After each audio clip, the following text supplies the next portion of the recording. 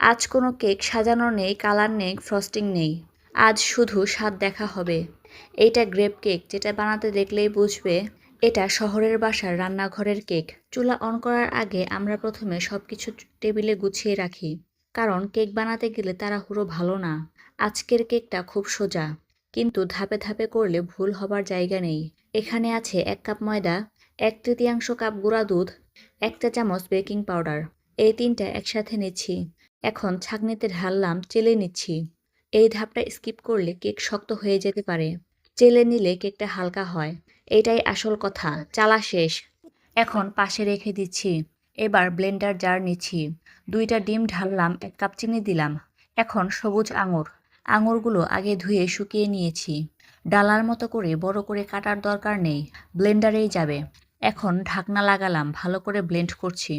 ছেঁকে নিচ্ছি, কারণ আমরা কেক চাই স্মুথ, ভেতরে যেন কোনো দানা থাকে না। ছাঁকা হয়ে গেল, এখন ভেজা উপকরণ তৈরি। এই ভেজা মিশ্রণের মধ্যে 1/4 কাপ তেল ঢাললাম, হালকা করে মিশিয়ে নিচ্ছি।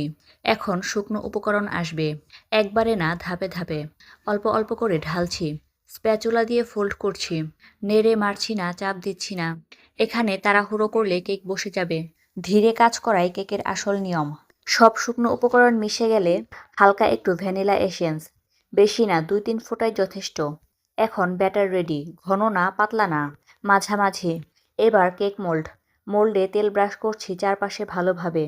তারপর নিচে একটা কাগজ বসালাম, এটা না দিলে কেক উঠাতে সমস্যা হয়। এখন ব্যাটার ঢালছি, মোল্ডে ঢাকার পর হালকা করে টোকা দিলাম ভেতরের বাতাস বের করার জন্য। এখন চুলার কাজ, প্যান নিচ্ছি একটা, ঢাকনা দিয়ে ঢেকে 5 মিনিট প্রিহিট করছি। চুলা একটু বেশি আছে।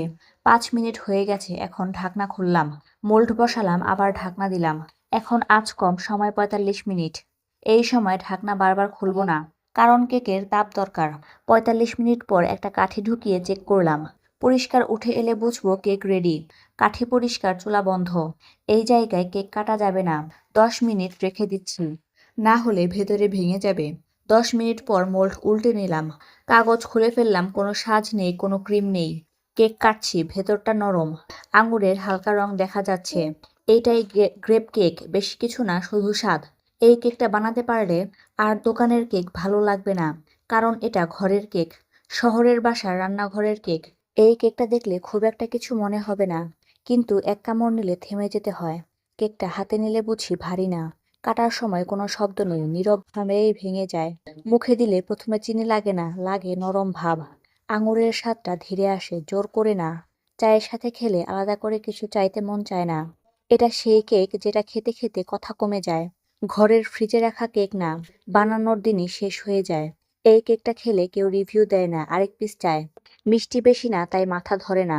আঙুরের হালকা টক ভাব মুখ পরিষ্কার করে দেয়। এটা খাওয়ার পর মনে হয় বানানোটা সার্থক। দোকানের কেকের মতো ভারী গন্ধ নেই, বাসার রান্নাঘরের গন্ধটা থেকেই যায়। এই কেকটা মনে থাকে, কারণ এটা দেখানোর না, খাওয়ার কেক।